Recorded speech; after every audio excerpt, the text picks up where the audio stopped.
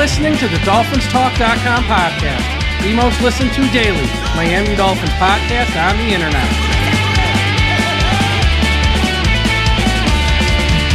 Miami's got the Dolphins, the greatest of all. Come on, Dolphins fans. Time to fins up.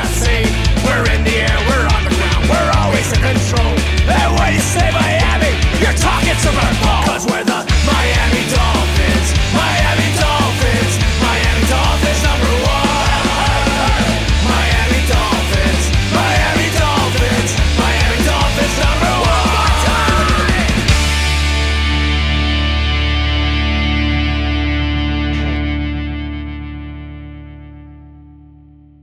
Good afternoon, Miami Dolphins fans. How are you today?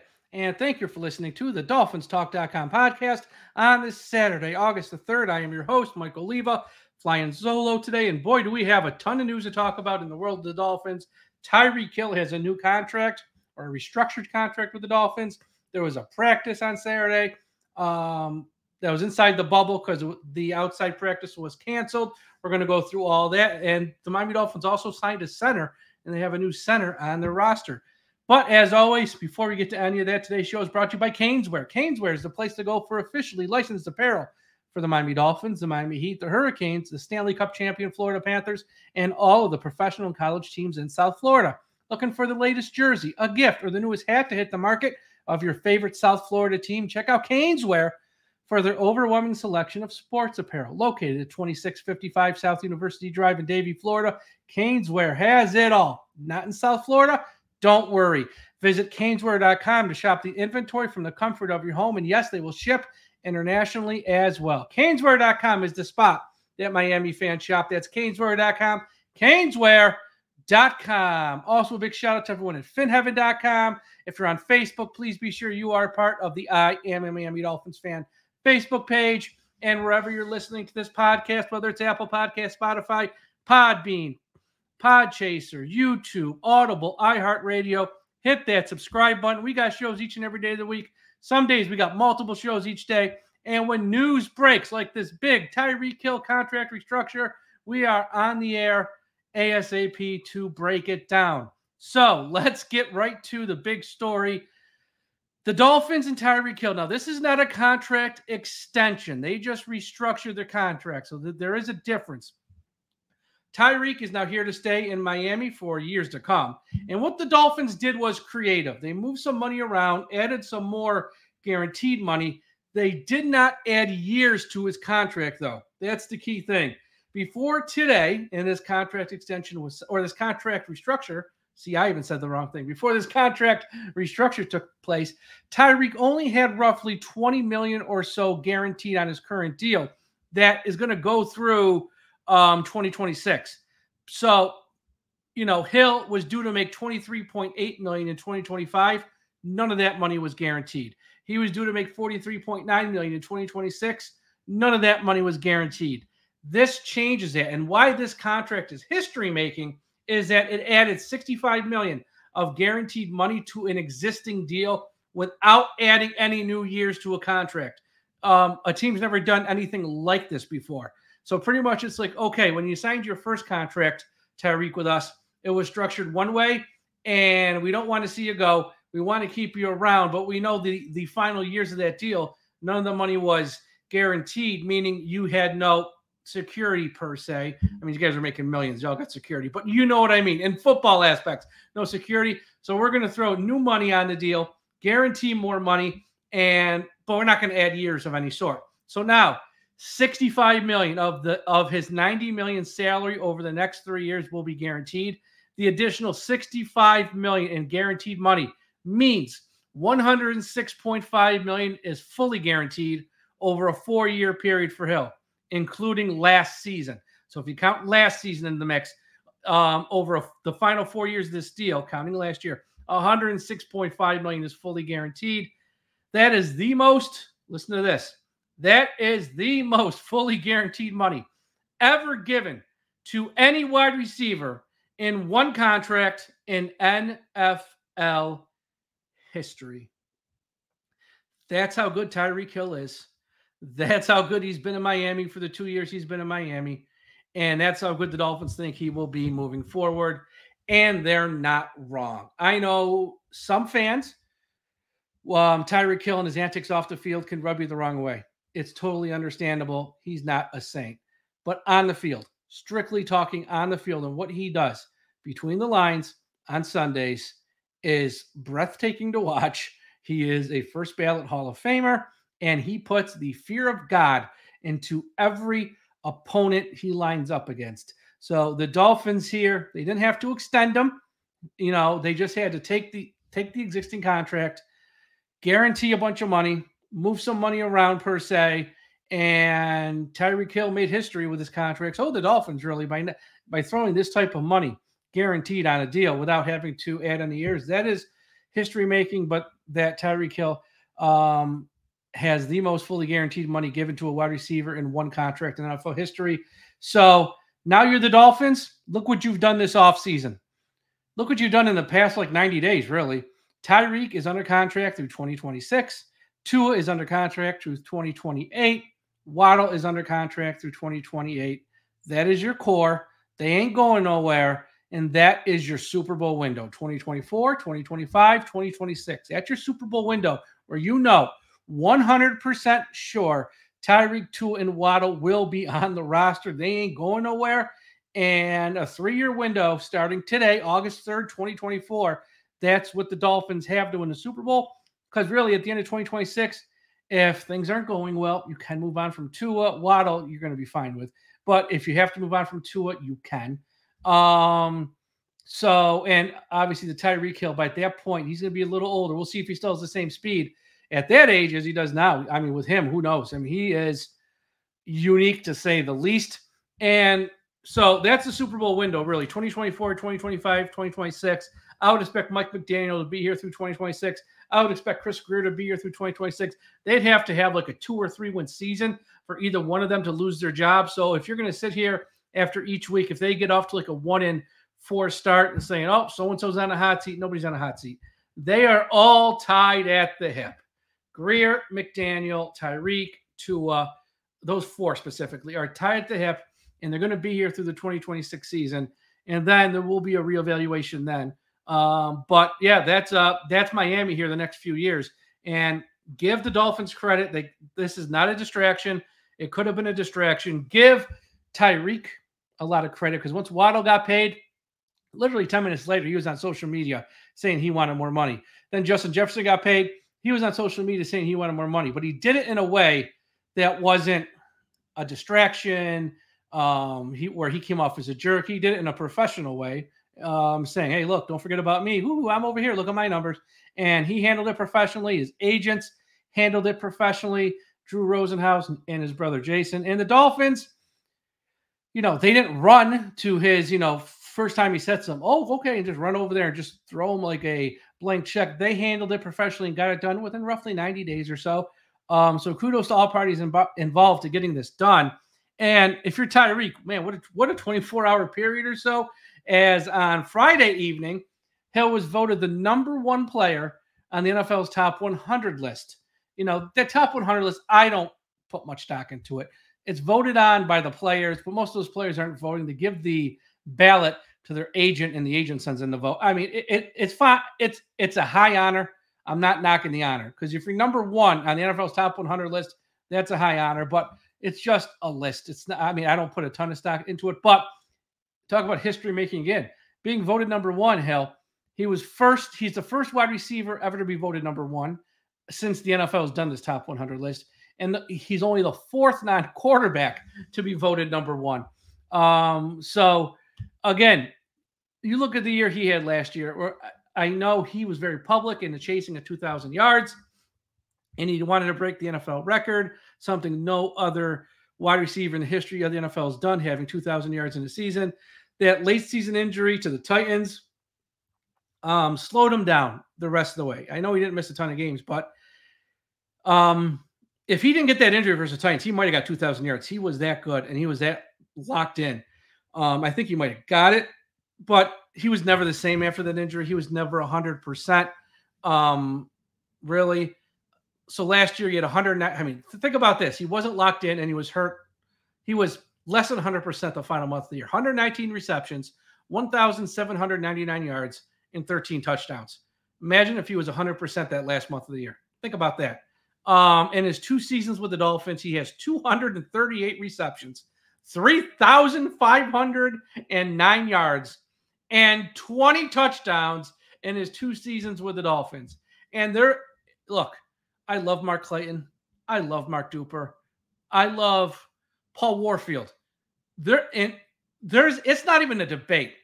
Tyreek Hill is the greatest wide receiver in the history of the Miami Dolphins. It's only been 2 years, but what, you think he's not going to put up similar numbers this year, next year? When it's all said and done, Tyreek Hill is the greatest wide receiver in the history of the Dolphins organization. That was the single best trade Miami could have made to acquire him. I know Kansas City won 2 Super Bowls without him. God bless Kansas City. They have Pat Mahomes. They're doing their thing. That's great for them. But for the Dolphins, it took them from having a bland vanilla offense. Mike McDaniel gets credit. Tua gets credit. But Tyreek Hill is the straw that stirs the drink on that field. You think Raheem Mostert's got 21 touchdowns last year without Tyreek Hill? Because when you're in the red zone, you got 2 people on Tyreek, and that opens up lanes for Mostert. You think Waddle's putting up the numbers he's putting up without Tyreek? Waddle's probably a number 1 receiver on most teams, absolutely. But the fact he can line up opposite Tyreek, it just gives him more favorable matchups to just have him be just so good. I mean, Tyreek makes this offense. We saw it last year when at the end of the year when he went down in that Tennessee game, less than 100%. Then you got Waddle gets banged up in the Cowboys game. He's less than 100%. When those 2 guys are less than 100%, yeah, they tried to play through it. That offense wasn't the same. When those 2 guys are 100%, especially Tyreek, that offense at times is unstoppable. So, look, as a fan of the Dolphins, you want a team of the best players. And Tyreek Hill is the number 1 player in the NFL, voted on by his peers, quote unquote. So, great day for the Dolphins. And again, Tyreek under contract through 2026, Tua under contract through 2028, Waddle under contract through 2028. Your window in reality is 2024, 2025, 2026. And the Dolphins have invested a lot in Hill, Waddle, and Tua. And there are 0 excuses, 0 for them not to make the playoffs. They probably need to win the AFC East at least once in this next 3-year span, preferably more than once. And they really need to go on at least a Super Bowl run. To say they have to win the Super Bowl, that's obviously the goal and the dream, what every fan wants. Saying they have to win it, though, that's asking a lot. At least win 1 playoff game, maybe win 2 playoff games and make a push for 1. That ain't asking too much with everything they've invested in wide receiver and quarterback. Because as you know, in the 80s, it was 3 yards in a cloud of dust. You run the ball, you play defense. That's how you win. That's why Marino never won. That's why Elway took to later in his career when he got Terrell Davis. He never won in the 80s. You had to run the ball, play defense. The league has totally changed. It's about wide receivers, quarterback, throw it. Only run if you have to. And don't worry about the defense. As long as we're scoring 30 and you're not letting them score 30, we're going to win. It's like the days of having to have a solid defense. It's just got to be good enough. Doesn't have to be great. In the past, they had to be great. Those days are over. It's just got to be good enough. And hopefully the Dolphins are good enough this year on defense, but there's no excuse for that offense not to be successful. I know the offensive line's a mess. I'm going to talk about that in a second. But still, there's enough talent at quarterback, wide receiver, and running back for this offense to be near the top of the league another year in a row. So good news here for the Dolphins, locking up Tyreek. We're not really locking up Tyreek, just making sure that Tyreek ain't going nowhere anytime soon. Because the way the contract was structured, if they wanted to move on from him after this year, they could, or after 2025, they could. Now that's not possible. He's here. So there's that. Dolphins signed a center. I know Dolphins fans have been complaining about the offensive line all offseason. The first week of camp, been a million bad snaps, high snaps, bad snap exchange. Now, look, the guy they signed, don't hold your breath that he's even going to make the team, but they did something. So Ireland Brown, who has been on the roster and had a few bad snaps, they cut him. And they signed Sean Harlow. Sean Harlow has played in 41 NFL games. He has started 8. His last start was in 2022 with Arizona. So he's a guy. He's a jag, just a guy. He's not someone you're going to come in here and pencil in as a second string even center. He would have to win that job.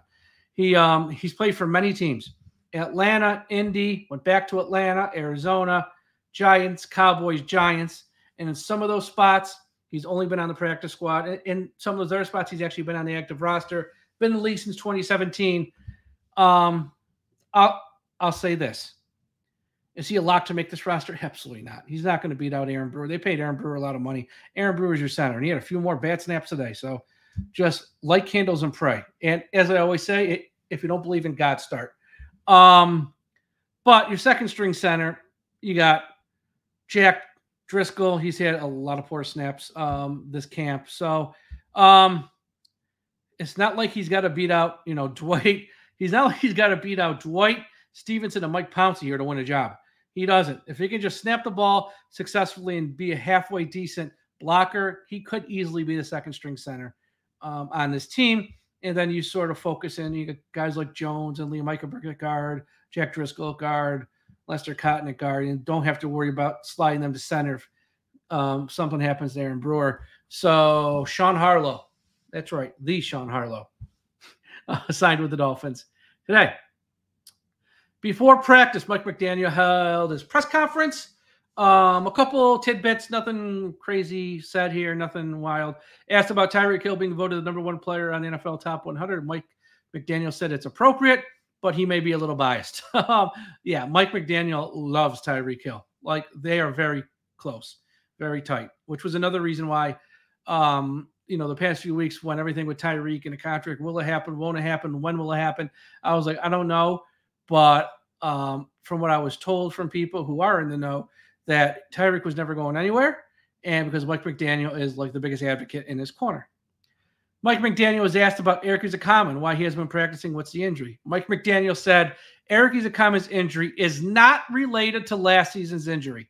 So it has nothing to do with the injury he had last season to his neck. This is something different. He said he expects Eric Ezukanma back at some point, but he does not know when. Well, back at some point in training camp or back at some point in the next 4 months, I don't know. But Eric Ezukanma, very vague, but it's not at least anything to do with the neck injury he had last year. So if you've been on social media, which I know some of you who listen are, and some of you don't, are not on social media, and you're probably the smart ones, there was a little controversy online about a possible NFL rule change about cheat motion that teams like the Dolphins, the Rams, and San Francisco, shocking Sean McVay, Mike McDaniel, Kyle Shanahan, all from the same coaching tree, that they've been using the past couple years about, this put guys in motion, where they line up, are they set, and then sort of getting not a running head start to the line of scrimmage, because that's obviously illegal, but are they sort of turning and getting a jump towards the line of scrimmage that is like borderline illegal. And, the NFL clarified this rule in the rule book. They didn't necessarily change the rule, they just clarified it. And I guess it's going to be a point of emphasis here with the referees early in the year and probably in the preseason and all that stuff. And, the article that was written, and a few articles, not just one, a few articles that was written on this was, singled out the Dolphins, the Rams, and the 49ers. But like, they're the teams that were sort of, they're like not breaking the rule, but it's close type of deal. So Mike McDaniel was asked about this, all the attention that the cheat motion rule that was revised in the rule book and all that stuff was asked. McDaniel said that the Dolphins' motions will be legal and they will follow the rules that are outlined. And he said anything they do, they are either, and by they, meaning the Dolphins, they are either adjusting or catering to any sort of rule emphasis, meaning if the referees are going to emphasize this and start throwing flags if it's close and call the penalties, that Mike McDaniel saying they will be prepared, they will adjust and cater to the rule emphasis to make sure, there's no flags thrown because they don't want to be called for penalties, clearly. Mike McDaniel also pointed out they had the refs at practice on Friday, and they had the refs at practice again today to ensure that they are being compliant with the rule. Not a new rule, but the rule that's there that's been sort of tweaked and being sort of emphasized this year. So I know, social media is so toxic. People were fighting on this for 2 days.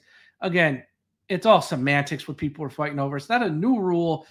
They revised the rule, and it's going to be a point of emphasis. So, don't fall into the mindless social media arguing over nonsense. It's just they're going to have a closer eye on this, and they made sure the rules more clear how it's written in the rule book. And yes, the Dolphins are aware, and Mike McDaniel's going to make sure that they either adjust to make sure they are totally compliant, or that if this is what the league wants, we're going to cater to them and make sure our players are doing what the league wants so we don't get called. Common sense, and it's not that big a deal. So everyone calm down. I shouldn't say everyone calm down, because I know most listening might not even know about the drama around this. If you're on social media, calm down. If you aren't on social media and you listen to this, you're fine. Okay, so practice, again, if you listen to the show I did Friday, was supposed to be held at Hard Rock Stadium today. Was supposed to be a scrimmage, fans in attendance, all that good stuff. Because of the inclement weather in Florida taking place right now, pretty much in the whole state, the Dolphins on Friday night canceled that, told fans do not come, and instead of having the practice at Hard Rock Stadium in front of fans, they held the practice inside the bubble, indoors, with only the reporters. So no fans were there. Now, the ironic thing was, if you woke up Saturday morning in Miami Gardens, there was no rain, there was no wind, it was sunny skies and clear. They could have had this practice outside, but they didn't know. They were being told ABC from the weatherman, and it ends up being X, Y, and Z. So one of those things, they were being cautious, and they wanted to protect the fans. That's why it was canceled, or at least it was canceled for the fans. But they did practice with refs inside the bubble, and the reporters were on site. So my little birdies who show up to the ones open to the public, I couldn't use their notes because they weren't allowed. So I'm going to read you the notes from the great Omar Kelly and Barry Jackson of the Miami Herald. For the full article and all their full information, go to the Miami Herald and read Omar Kelly and Barry Jackson. Here are a few of the notes that they had come out of practice. Jaylen Ramsey wore the orange jersey based on a strong practice yesterday. He had another strong practice today.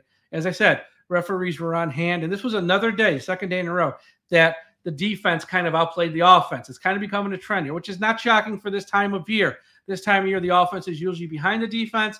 Nothing to panic about, but the defense is ahead of the offense. And I will say this, if you're a fan of the Dolphins, which if you're listening to this, you clearly are, that's probably good news for the Dolphins with a new defense, a new coordinator, a new system, the fact that they're, even with all those changes they've had on that side of the ball, that they're ahead of the offense, probably a good thing. So that might be a promising note here. Or it could be nothing. It's just the first week of August. Who knows? Okay, here are some notes. Jaylen Ramsey beat Alec Ingold. Beat an Alec Ingold block to limit Devon Achane to no gain on a run. Tua threw an incompletion over the middle. Emmanuel Ogbah set the edge and stopped Raheem Mostert for a loss on a running play. Tua bobbled a snap from Aaron Brewer and pitched it to Achane, who picked up about 8 yards on a play. Zeke Vandenberg, the inside linebacker, held a run play to a short gain. Skylar Thompson hit Willie Snead Jr. for a very short gain. Ethan Bonner blew up the play on the short gain to Skylar Thompson. So, Ethan Bonner continues to be a guy who's, some days has rough days against Hill and Waddle, but overall was playing very well. Jaylen Wright had a nice little run on a cutback. Chop Robinson beat Keon Smith for a tackle in the backfield, but a holding penalty on the defense negated it. Ogbah held Ingold to a short gain on a reception from Tua, who was forced to roll out when Quentin Bell, that's the name again, Quentin Bell, had some serious pressure on Tua. Ramsey stopped a running play by Achane for a loss of yards. UTEP rookie Andrew Meyer, he had a high snap to Mike White, shocking.